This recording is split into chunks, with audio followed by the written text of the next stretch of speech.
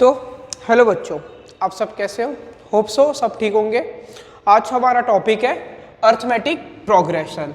Arithmetic progression को हम short form में एपी भी बोलते हैं। एपी होता क्या है? एक मैथमेटिकल सीक्वेंस है for which the difference of two consecutive number is always constant. मतलब कि जो दो कॉन्जिक्यूटिव नंबर रहेंगे किसी एक सीक्वेंस में, उसके बीच का जो डिफरेंस रहेगा वो हमेशा क्या रहेगा? कांस्टेंट रहेगा। जैसे यहाँ पे हम लोग को सीक्वेंस दिया हुआ है 2 4 6 8 10, तो यहाँ पे इन दोनों के बीच का डिस्टेंस कितना है? इन दोनों के बीच का डिफरेंस कितना है? 2। 4 और 6 का डिफरेंस कितना है? 2 का। 8 और 6 का डिफरेंस कितने का है? 2 का। 10 और 8 का डिफरेंस कितने का है? 2 का। इसमें हम कुछ टॉपिक पढ़ेंगे, उसको हम लोग आगे देखते हैं।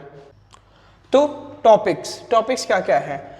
फर्स्ट टॉपिक है नोटेशन, सेकेंड टॉपिक है कॉमन डिफरेंस, थर्ड टॉपिक है general form of an AP and fourth topic है सम ऑफ एन एपी। नोटेशंस में हम ये पढ़ेंगे कि किस चीज को किस अल्फाबेट से डिनोट करते हैं, कॉमन डिफरेंस क्या होता है, जनरल फॉर्म क्या है एपी का और उसका फॉर्मूला क्या है। सेम चीज अगर हमको कोई सीक्वेंस दिया हुआ है और उसका सम निकालना है तो वो हम कैसे निकालेंगे उसके बारे में पढ़ेंगे। इसी के साथ हम लोग फर्स्ट टॉपिक पे आते हैं, नोटेशन। नोटेशन में पहला आता है फर्स्ट टर्म। फर्स्ट टर्म को हम लोग किस चीज से डिनोट करते हैं? ए से डिनोट करते हैं। कॉमन डिफरेंस को हम लोग किससे डिनोट करते हैं? स्मॉल डी से डिनोट करते हैं। nth टर्म को हम लोग किससे डिनोट करते हैं? स्मॉल ए और उसके नीचे एक स्मॉल n से डिनोट करते हैं। And sum of the first n term को हम लोग किससे डिनोट करते हैं? कैपिटल S और स्मॉल n, मतलब एक छोटा सा से n रहता है, उसको हम लोग इससे डिनोट करते हैं, सम ऑफ द एपी को। इसी के साथ हम नेक्स्ट टॉपिक में आते हैं, common difference. The difference between two consecutive AP is called common difference, is called common difference.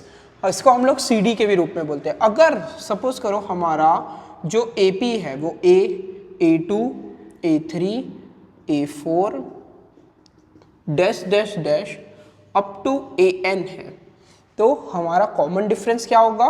First common difference हमारा होगा A2 माइनस ए को ही हम लोग A1 भी बोलते हैं। मतलब जो हमारा AP का फर्स्ट टर्म रहता है उसको हम लोग कैसा लिखते हैं? A, और यहाँ पे मैंने A1 लिखा है, तो दोनों का मतलब क्या होता है? सेम होता है। ठीक है, अब A2 माइनस A1, यहाँ पे होता है A3 माइनस A2, ये हमारा दूसरे टर्म का कॉमन डिफरेंस हुआ। ये चलता है अप टू AN मतलब लास्ट टर्म तक, तो AN minus AN minus 1 means अगर लास्ट टर्म हमारा 20 है तो ये क्या हो जाएगा? A20 minus A20 minus 1 means A20 minus A19। तो उनके बीच का जो भी डिफरेंस रहेगा वो भी उनका कॉमन डिफरेंस ही रहेगा। ये सारे डिफरेंस हमेशा सेम रहने चाहिए। चेंज हो रहा होगा तो वो एपी नहीं होगा। सपोज करो डी की वैल्यू कांस्टेंट आती है 2, 2 और 2, लेकिन अगर तो ये एपी है, हाँ, so it is an AP. लेकिन अगर डी की वैल्यू 2, फिर आ गया 6, फिर आ गया 3, यू कैन से, तो so it is not an AP. ये क्या हो जाएगा? ये एपी नहीं रहेगा, ये एपी नहीं रहेगा इस कंडीशन में। ठीक है, अब हम लोग नेक्स्ट टॉपिक देखते हैं। इसी के साथ हम लोग नेक्स्ट टॉपिक देखते हैं, general form of an AP. अगर लेट एपी भी, अगर हम लोग एपी को A, A2, A3, AN रखते हैं तो A की वैल्यू तो A ही रहेगी, A2 की वैल्यू क्या हो जाएगी? A प्लस इन दोनों के बीच का जो भी डिफरेंस है वो A3 क्या हो जाएगा? जो हमारा A2 का आंसर है वो प्लस D का वैल्यू। तो ऐसा ही अगर हम लोग AN तक जाएं, अगर हम AN तक जाएं, AN मीन्स लास्ट टर्म तक जाएं, तो क्या हम लोग इसको A plus N minus 1 into D लिख सकते हैं क्या? बिल्कुल लिख सकते हैं। अगर हम N की वैल्यू 1, 2, 3 डालते हैं तो देखते हैं क्या आंसर आता है फॉर A1, तो A plus 1 minus 1 into D। तो देखो फर्स्ट टर्म का वैल्यू क्या आया? A आया। सेकेंड टर्म के लिए देखते हैं, तो A plus 2 minus 1 into D, तो A प्लस D आया। देखो सेकेंड टर्म का A प्लस D आ गया। अब A3 का देखते हैं, तो A3 का क्या हो जाएगा? A plus 3 minus 1 into D, तो क्या आया a plus 2d।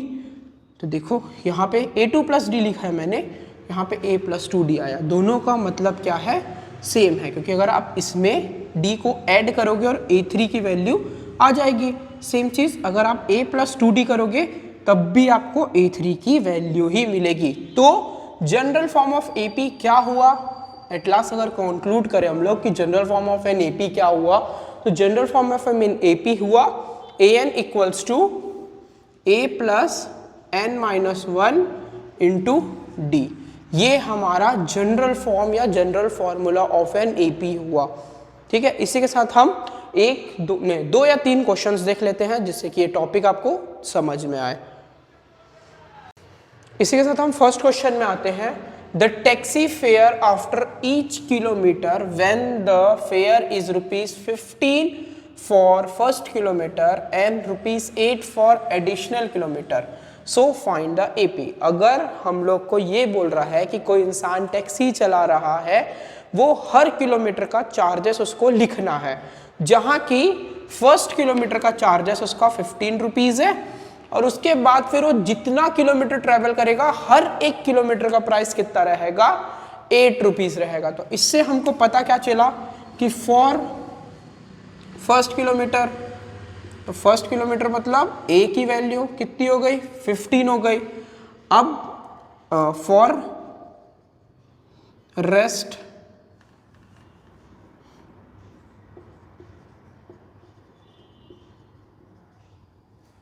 Rest of kilometre के लिए हम लोग क्या ऐड करेंगे, 8 ऐड करेंगे, तो वो हमारा क्या हुआ, D हुआ। क्या हुआ, D हुआ हमारा, क्या हुआ, वो कॉमन डिफरेंस हुआ। तो AP कैसे बनेगा, फॉर सेकेंड किलोमीटर। अब हम निकालते हैं फॉर सेकेंड किलोमीटर, तो क्या हो जाएगा, A प्लस D होता है जनरल फॉर्म के हिसाब से, तो A plus D means 15 plus 8, तो कितना होगा 15 प्लस 8, 23 फॉर थर्ड किलोमीटर, तो कितना होगा 15 प्लस 2 इंटू 8, तो 15 plus 16 which is equals to कितना होगा 31। So AP will be 15, 23, 31 dash dash dash, मतलब जितना किलोमीटर वो ट्रैवल करेगा उतना उसको पे करना पड़ेगा। फर्स्ट किलोमीटर का, सेकेंड किलोमीटर का, थर्ड किलोमीटर का निकाल दिया हमने। ठीक है, अब हम नेक्स्ट क्वेश्चन देखते हैं। इसी के साथ हम नेक्स्ट क्वेश्चन में आते हैं। Right the AP for A equals to 10, D equals to 10, E equals to -1 and D equals to D equals to 1/2। तो पहला क्वेश्चन देखते हैं। हमारा A कितना दिया है हमको, 10 दिया है, तो फर्स्ट टर्म हमारा कितना होगा। अच्छा, सबसे पहले हम लोग जनरल फॉर्म लिख लेते हैं। तो an equals to A plus n minus 1 into A plus 1 minus n minus 1 into D। तो A2 कितना होगा, A plus D which is equals to 10 plus 10 which is equals to 20। A3 कितना होगा हमारा, A plus 2D which is equals to 10 plus 2 into 10 which is equals to 10 plus 20, 30।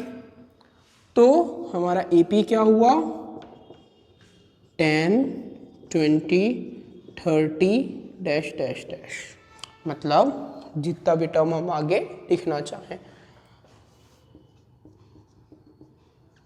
A equals to कितना दिया हमें, -1, general form लिख लेते हैं। an equals to A plus n minus 1 into D, तो -1 इंटू -1 प्लस A2 के लिए plus D कितना दिया हमें, 1/2, तो कितना आंसर आएगा, -1/2। A3 के लिए -1 प्लस 2 इंटू -1/2, तो 2 कैंसल हो गया, -1 plus 1 which is equals to 0। तो A4 के लिए -1 प्लस 3 इंटू 1/2, तो -1 प्लस 3/2, तो -2 प्लस 3/2, तो -1/2. So AP will be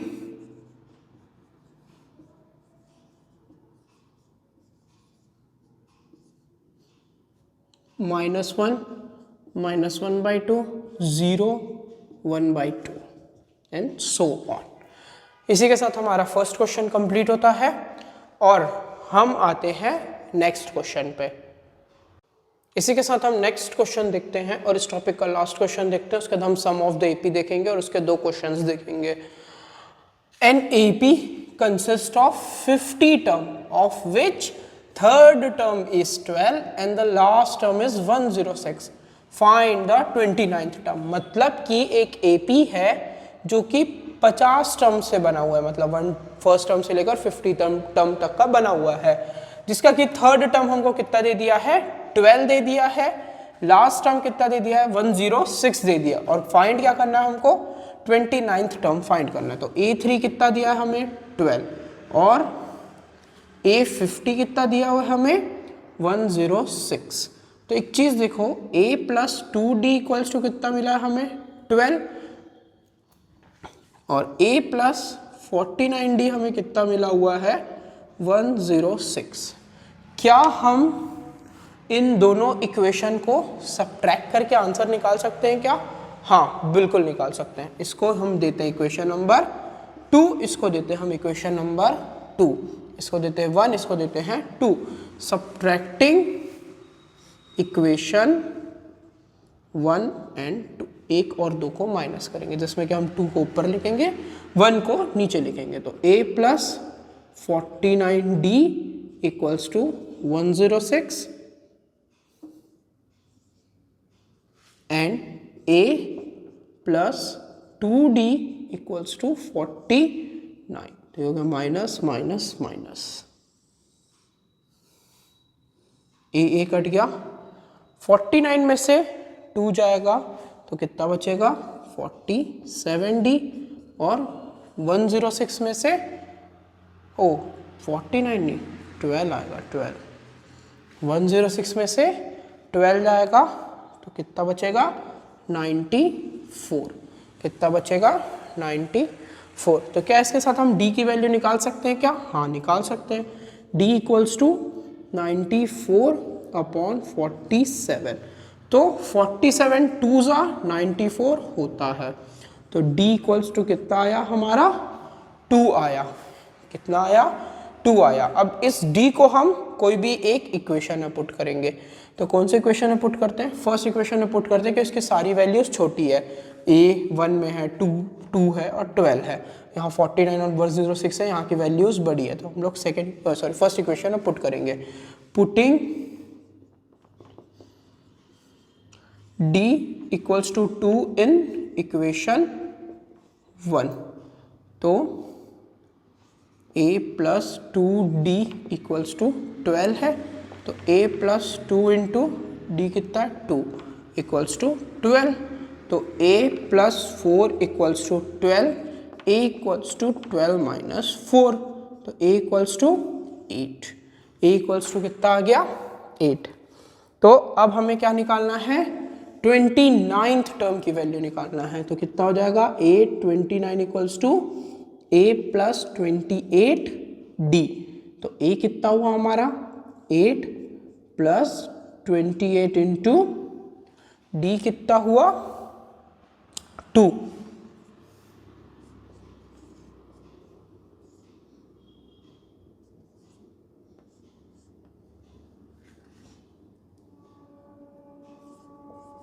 तो हमारा आंसर कितना आया, 64.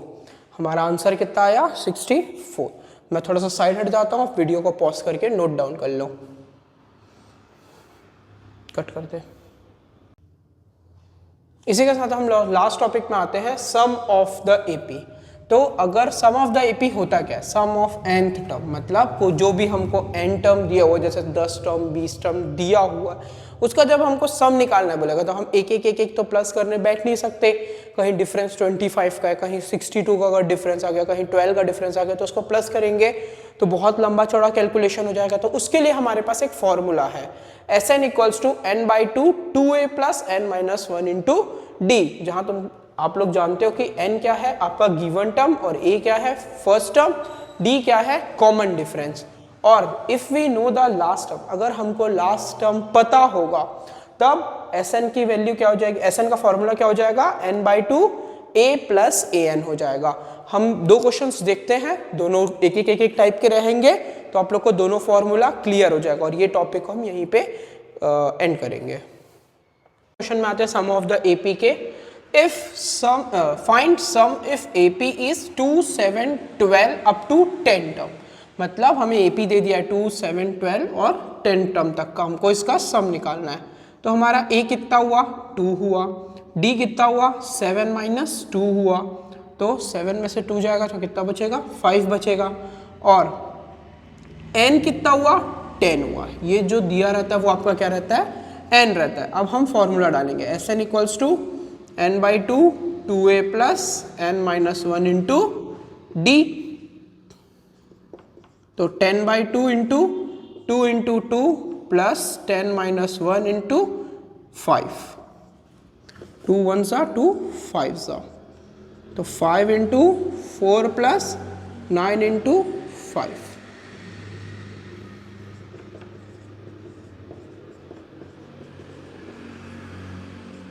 तो 5 इंटू 49,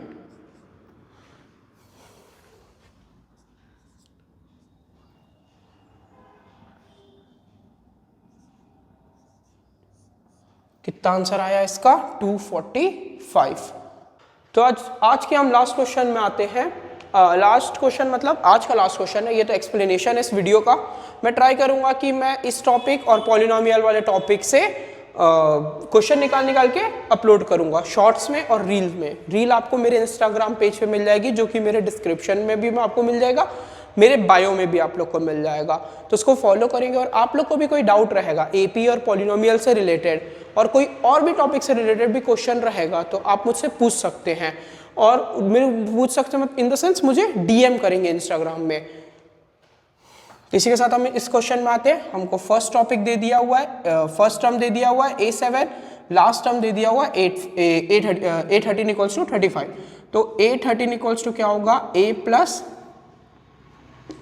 12D, तो A13 कितना है 35, 35 equals to 7 plus 12 into D, तो 35 minus 7 equals to 12 into D, तो 28 इक्वल्स टू 12 इंटू D, तो D इक्वल्स टू 28/12। तो ये दोनों क्या 2 के टेबल से कट सकता है, हाँ, 2 6 जा, 2 1 जा, 2 4 जा, 2 3 जा, 2 7 जा, तो D कितना आया 7/3। D की वैल्यू कितनी आई 7/3, तो D की वैल्यू 7/3 आ गई। अब हमें D तो पता चल गया, एक चीज हमें पता चल गया कॉमन डिफरेंस कितना है D इक्वल्स टू 7/3। तो हाँ, तो अब हम इसमें कौन सा फॉर्मूला लगाएंगे Sn equals to n/2 2a plus n वाला, तो S13 कितना हो जाएगा 13/2 इंटू 7 प्लस 35, तो 13/2 इंटू 42, तो 2 1 जा 2 2 जा 2 1 जा, तो 13 इंटू 21 होगा 273। तो हमारा S13 कितना आया 273।